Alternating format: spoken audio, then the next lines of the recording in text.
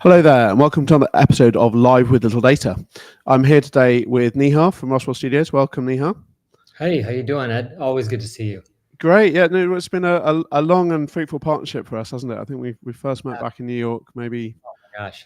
Currently pre-COVID, wasn't it? It was not 2019 or something like that. Pre-COVID. I mean, it was before anybody was even. I mean, I can't. Who was Shopify? No one had heard of Shopify back then.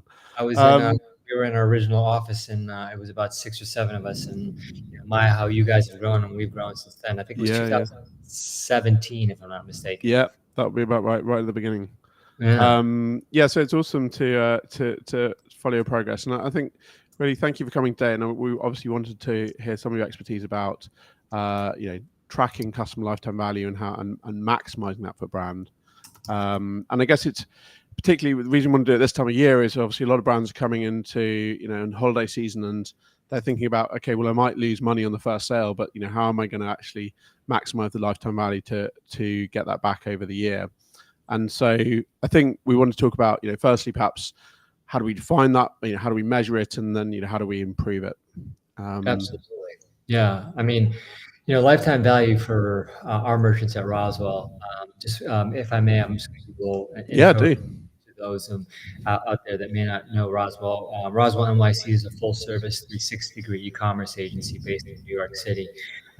We are a team of about 50 remotely distributed, about 70 brands all across the world, a wide range of industry verticals ranging from hair care, beauty, wellness, jewelry, fashion, luxury goods, apparel, accessories, as well as home goods and supplies. We provide creative, engineering, and growth marketing services. And segueing back into LTV, lifetime value is probably the most important KPI in my humble opinion. Something that we've been focused on since day one at Roswell and with our merchants. The first thing we try to look at, in addition to conversion rate, but ultimately lifetime value really tells you what the health of your business is. The way we define it at Roswell, and there are so many different ways that people define it, but essentially it all boils down to how much money you're going to make off of a customer or a cohort of customers before they pass away. I mean, that's as morbid as it sounds. That's the root definition. Hopefully not literally passed away in the English sense, but stop buying from your brand. Correct. Yeah, and that's why you make a good point there, because if you're a maternity wear brand, lifetime the lifetime of a customer is probably only 2 years. That's all you got. When you extrapolate from there, and we look at lifetime value and roughly, and I'd love to hear what your thoughts are on this, Ed, is we look at average order value multiplied by frequency of purchase with taking into consideration the average lifespan of a customer on your site. So if you're selling to the younger women, so ages 18 to 30, their lifespan is only 12 years. And once they get to 31, if you look at your data and you look at your demographical breakdown, you'll see that there's a drop off after the age of 30, then you know what your lifespan is. And so it allows you to basically get nuance with the whole lifetime value factor. I mean, I without getting sucked down a rabbit hole of measurement, I mean, obviously there's a difference between like historic lifetime value and predicted. So, in fact, what we can measure easily, and we do send that in as a custom dimension to Google Analytics, is historic lifetime value. So, what has the customer ordered on your store historically? But obviously, from a marketing perspective, you've got to be careful not to take that too literally, because obviously you might have a very high value customer that, as you say, based on the average order value and the fact that if they carry on buying at this rate, they're going to become a very high lifetime value customer. So I guess typically that's where people look at that, as you say, looking at that AOV times frequency of purchasing gives you a good idea of where the predicted value is going to get to. And I think a real value with lifetime value, Ed, is the fact that if you can do cohort analyses and understand where your highest lifetime value customers are, what unites them, and do advanced segmentation, because what you want to be able to do is attract customers that are of that same persona, because those are the ones that are going to be spending. And you can go even further down the rabbit hole and look at lifetime value by marketing channel, by Google Yeah. ads or Meta ads and so on. Yeah. And then rounding it out, you also want to find out what are your highest lifetime value products. What are the Yeah. products that, when purchased first, lead to the highest lifetime value? Yeah. A metaphor I like to use, or an example rather, is that if you sell mobile phones, if you're advertising a faceplate or a charger, you're doing it wrong, because the phone is what you want them to purchase first, because then Yeah. after that they're going to get the faceplate, the charger, the earbuds, Yeah. and so on and so forth. And that's how you create a high lifetime value customer, by showing them the product that's going to lead to more purchases. Yeah. That's the sort of thing that you want to be able I think to. also with some brands, it's about identifying what we might call the gateway drug. Like what is the thing that gets them hooked that you Yep. can then sell more of, and that might differ for different sort of demographics. But I think if you can understand that in the analytics of like for those lifetime value, what was the first thing they purchased? That's often a really useful way of thinking about which products do you push. I like that. I'm going to use that. I'm going to take that from you, Edward. Gateway drug, yeah. A gateway drug, yeah. So yeah, and then so you're right, and one of the things you touched on there is the fact that the importance of being able to tie that lifetime value back to a marketing channel or campaign, because as I said, it's very easy in Shopify to go and look at your list of your customers and how much they've bought. That's one thing, but that from a kind of insight perspective, what you want to understand is what brought them there, and then so that's again what we're trying to be able to do in Google Analytics, but also in the ad platforms natively, is to be able to go and look at a longer period of time and understand not just the one purchase after a campaign, but like what are the subsequent purchases, whether they are just repeat purchasing or actual subscription recurring orders, and be able to tie all those back to the campaign or channel, because then you can understand truly which the sort of longer term return investment of your marketing. Exactly. I mean, I think I forget the exact stat, but if you analyze the lifetime value of a product versus the lifetime value of a set of customers, when it approaches parity, that's when you know that the same customers are buying that same product over and over again. And then if you're trying to analyze and understand what products you should put on subscription, that's a stat that you could look at. And, effectively, is there a natural cadence people repeat buying? Exactly. And if you're not offering that subscription, you're leaving money on the table. Yeah, no, that's a very interesting way to put it. We were talking, I went to an event last week, we were talking about a particular pet food brand. It's quite popular in the UK, a sort of healthy, sort of fresh pet food subscription. And they'd had this insight that the Shopify solutions engineer that worked with them was saying about, the very simple insight that, for the first time someone was coming to the website, what they needed to do was get them to actually just try the product. So pushing a subscription to a first-time customer is a stupid idea, because obviously the first thing you want to do is actually get that habit. But then if they were a returning customer, the subscription should be up the top. And so they basically built a personalized homepage where they could detect the returning customer. Again, we can come on to a bit more about the challenges of doing that. But, just whipping around the offer and saying, right, because you already got into this, you've already bought a couple of times, now the one thing we're doing to maximize your value is subscription. But that's not true for the new customer. Yeah, absolutely. I mean, personalization is the name of the game right now. I mean, we tell brands this all the time when we talk to them, especially leading up to Black Friday, Cyber Monday, which is around the corner, November 29th. That's roughly, what is that, like 50 days from now, or not even. What we tell our brands is that you might think that your product is unique, and you might be very proud of it, and you should be, but in all reality, unfortunately, there are millions of choices and options out there. So you have to figure out how you can create loyalty with a customer, as well as bring them back without having to spend money every single time. If you're relying in your customer base is 90+% new users, your road to profitability is going to be very narrow, if possible at all. Yep. You really should be around 30% returning users in order to be able to effectively diversify your marketing spend. So what are some of the successful strategies you've seen brands employ to get sort of to that 30% and above. I mean, I guess, you know, having a good product is a starting point, right? A necessary starting point. But do you feel that, I mean, is subscriptions appropriate for all kinds of brands that only work in certain kind of categories, or, you know, what are some of the strategies that work? I mean, subscriptions, of course, need to be part of a routine economy.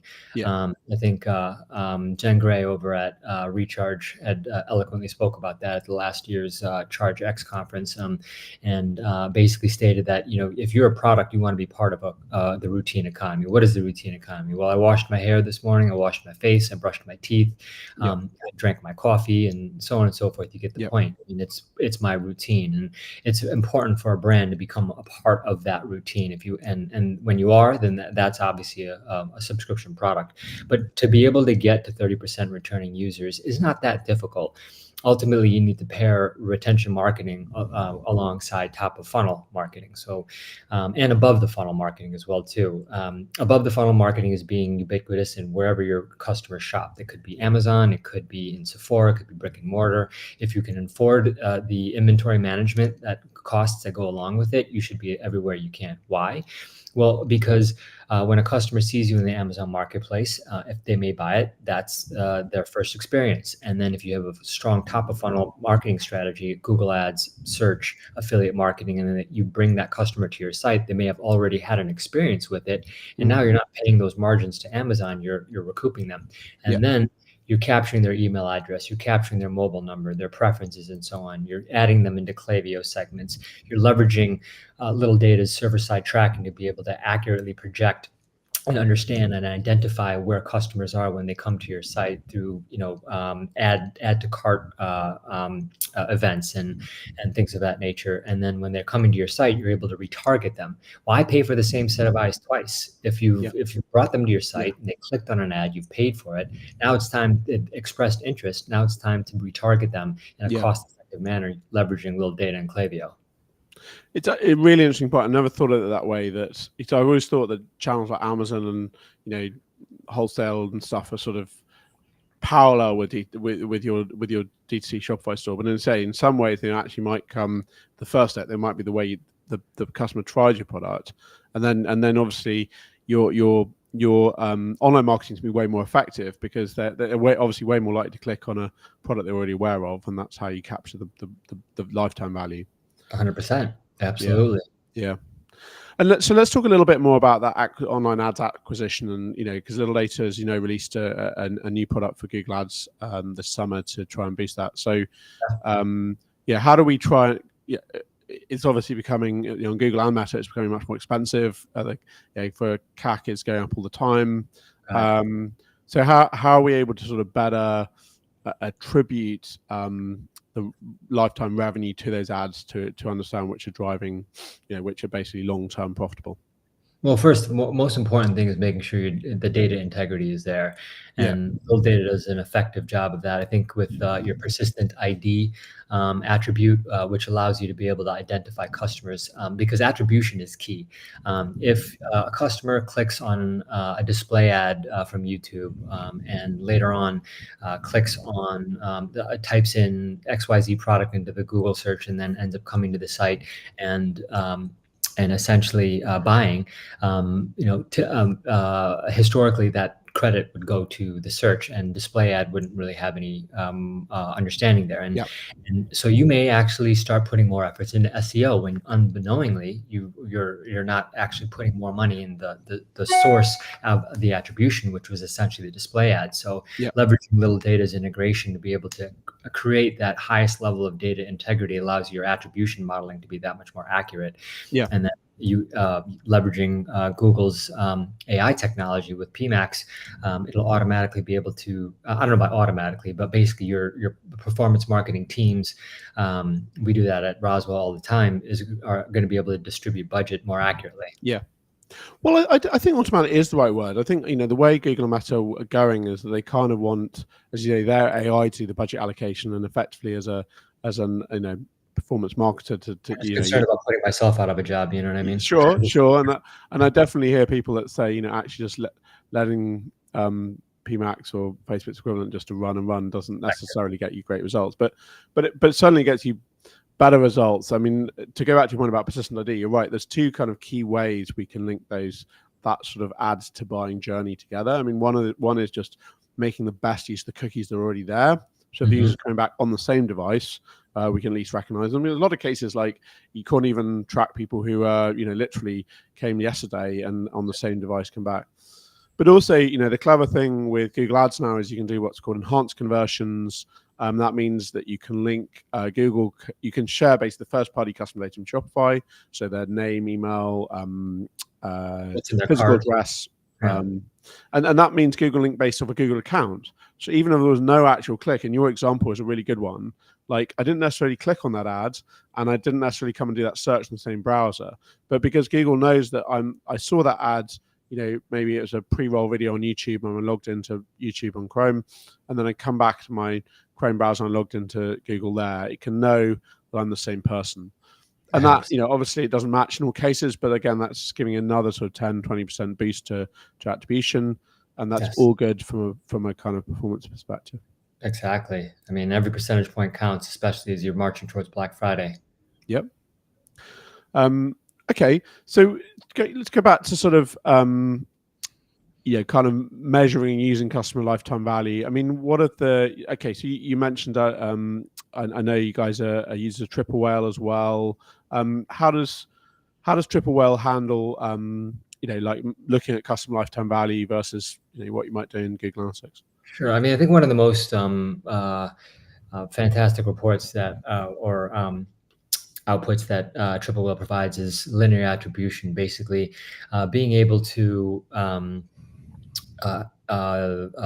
segment each all of the revenue into different buckets throughout the entire channel level that you have, and then looking at that and then basically understanding which of those channels have the highest lifetime value, so that you're looking at where should you spend your money. If whichever channel has the highest lifetime value, that's where you want to be figuring out what you're doing right there and do more of it. I mean, it's like and when you say lifetime, what sort of time period would you typically look over there? Because obviously the problem with ads is you don't want to wait like a year to do that analysis, right? Right. I mean, I think it's pretty complex, and when you with the only having as much time as we have today, I think when you on a high level, when you open the hood, there's the complex analytics of it is understanding and stitching together the fact that a customer may have bought first from that channel, and then may have similar traits of that type of persona for people that have bought first from that channel. How much have they bought from the site on after that moment in time, and using predictive analytics to be able to project LTV based on that channel? Because you're right. I mean, ultimately, if a customer is if a customer buys initially from a Google ad or a Meta ad or a search ad or something like that, or even an email ad, you're not going to know what the lifetime value is essentially from that customer, but based on that channel and the aggregate of what you're looking at historically and projecting in the future. I think that's what Triple Whale does a good job of in terms of analyzing the LTV per channel. Good. I mean, I think you can, as you know, I'm a big booster for Google Analytics. Not everyone's choice of product, but I think you can do the same analysis in Google Analytics. The challenge, and one of the things that'll later help solve, is that if you have a very narrow window of like tracking, like you can only tell the user the last click that he came from. Google can't really do any useful data-driven attribution because there's no customer history to understand. One of the things, again, we can do using the Google Analytics, they just call it it's a user data feature, is again sharing the first-party customer data and the Shopify customer ID from so that whenever people come back and subsequently purchase, Google link those two things together and say, aha, even though we don't even know who this is. We don't need any personal identifiable data. We just need an identifier to say this is the same person that purchased last week and the previous week. And then in the data-driven attribution, it can say, okay, the revenue attributed to this ad is not actually just that one purchase. It's those subsequent ones that happen in the time range. And so again, that's what we're trying to do is help brands, understand, but go beyond that first purchase and understand, what was which customers basically are highly valuable. And in fact, sorry. You're right. I was just saying, a little data helps to stitch it all together. Yeah. And also, like the other thing we should talk about is like, lifetime value. Also, you need to deduct like refunds, and I know for a lot of fashion brands, right, this is a big deal. Yeah. They could well be optimizing for marketing channels that are bringing gross revenue, but if you Mhm. look at the net revenue, it's awful. And so one of the things by pushing the refunds back into both the marketing channels and into Google Analytics, you can really understand what's the net revenue from those campaigns, and help optimize ones which basically bring you non-returning customers, people who actually like your products and want to keep it. But as a sidebar, it's important to understand and analyze the refunds perspective, because you have to look at it.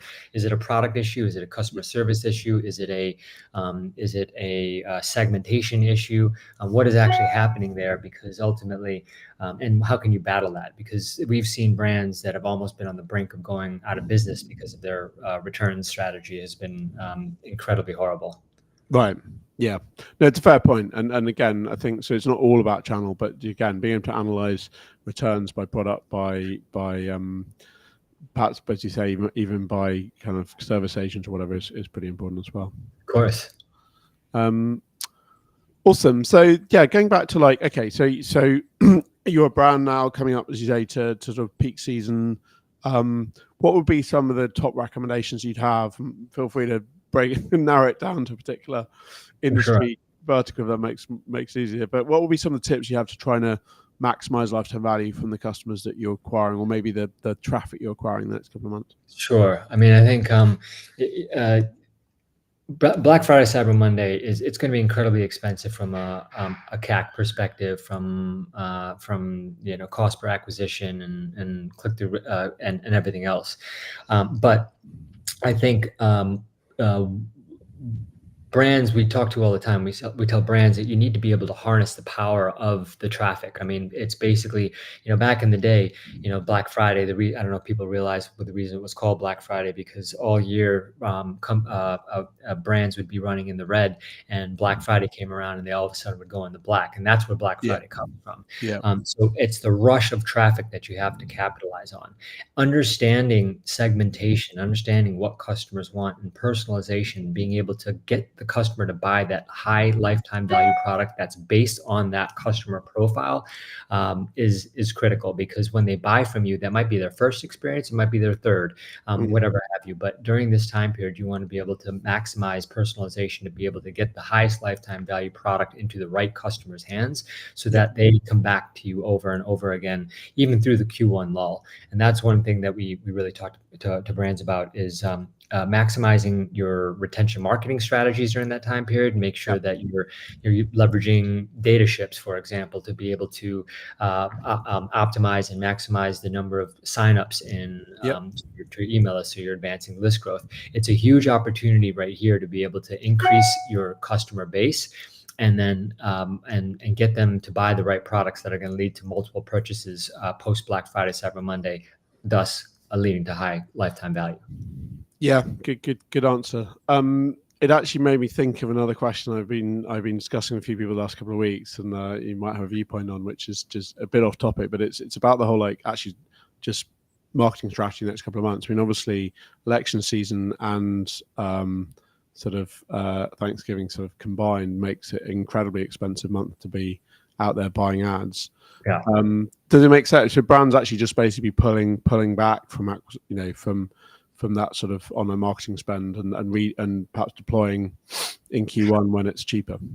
I think the people are going to be online whether you like it or not. Amazon's the world's largest vending machine. Over 50% of product searches start on Amazon, and you have to battle Amazon, especially now during this season. So I think it's important to continue to have ad spend, but monitor ROAS, monitor attribution, really understand, because if you're blindly just spending thousands upon hundreds of thousands of dollars, or even over $1 million in ad spend during the Black Friday, Cyber Monday period, without understanding and differentiating and where you're getting where you're targeting your traffic from, you're really operating in the dark. I mean, there was a tool the other day that we were talking about. I did a demo with, called Proxima, that allows you to be able to use their network and expand the net new customers that are coming to your site, but make sure that the right customers coming to the right channels. Things like that you want to be able to do. You don't want to blindly spend. You want to measure your spend, make sure that you're allocating it correctly, correctly, but then also diversifying. I mean, it's too late to implement SEO in November if you want it to be effective on November 29th. But do you have a good affiliate marketing strategy? Do you have influencers that you can rely on? What's your social media strategy? People are going to be flipping through Instagram left, right, and center, even more so during the November period. Well, and the good thing about those strategies, they're not peaky. You know, it's not like influencers suddenly charge more to post in November, so they're not peaky in the same way that Meta and Google ads are in that way. Absolutely. And then making sure that you have a proper retention marketing strategy for all that traffic that's coming to your site. If you pour water into a sieve, you're not really going to keep any water. But and that's the same thing with retention. If you're driving all that traffic to the top of the funnel, but you're not capturing customers' emails, SMSs, and customer preferences, then you've wasted all that money for the traffic that has come to your site that hasn't necessarily purchased. Yeah. So basically, keep spending on ads as long as you're getting return on that spend. But, exactly. But as you say, pull back. Are in your industry, and make sure that you're there. And if you're if you're not getting the ROAS that you need, ask your agency, ask your team what is going on here, because there's nothing worse than lighting money on fire and just putting more money into Zuckerberg's and everyone else's pocket. Final question: what's your kind of what's your view on the sort of future lifetime value for most brands? I mean, do you have a negative view where on average it's just people becoming less loyal and it's a constant battle to keep that kind of 30-40% repeat buying rates, or do you think there's actually an opportunity through subscriptions, loyalty programs, etc., to for brands to actually retain the customer even better than before? I mean, is it an increasingly difficult battle, or one that's sort of it's increasingly difficult for sure. I mean, Shopify stopped releasing how many total stores they have because it's immense. Stores come and go, and for that reason, it's incredibly challenging. I mean, kind of marrying the analog brick and mortar world to the digital world, if you will. In the analog world, if you go into a store, you're kind of stuck. I mean, you're shopping, you don't see what you like, but you're going to stick around. In the digital world, if they don't like what they see, they're gone. And cost of switching is way less. Exactly. And so it's important to understand that it is challenging, but it's also important to work with the right agency, work with the right team to make sure that your UI UX is optimized in advance. Do A/B testing during the Black Friday, Cyber Monday period. With the amount of traffic that you're getting in, leveraging Bayesian statistics to be able to get to statistically significant sample sizes quicker is going to be that much more powerful. And if you optimize your site beforehand and continue to optimize it during that that free traffic, if you will, because of all the people searching online, you're going to set yourself up for success in Q1. It's actually an excellent point, because I think obviously people would counter the opposite, that you shouldn't be testing stuff during peak season. But actually, as you say, the brilliant thing is you can run more tests, because what a test that might take you months at low season, if you suddenly got a rush of traffic, you can improve in a week. Exactly. Yeah. Awesome. That's all we've got time for today. Thank you very much for joining us and sharing your thoughts. I really appreciate you always, man. And I'll be in London later this year. I would love to see you. And if anybody's going out to Shop Talk Chicago next week, reach out to us at Roswell, build my business at roswellstudios.com. Any brands, we're hosting an event on the Wednesday night and again on the Thursday night. We'd love to have you join us. Reach out and we'll get you an invite. Awesome. Thanks, Nihar. Well, I'll be at Shop Talk too, so we'll no doubt see you around. Can't wait to see you. Okay, awesome.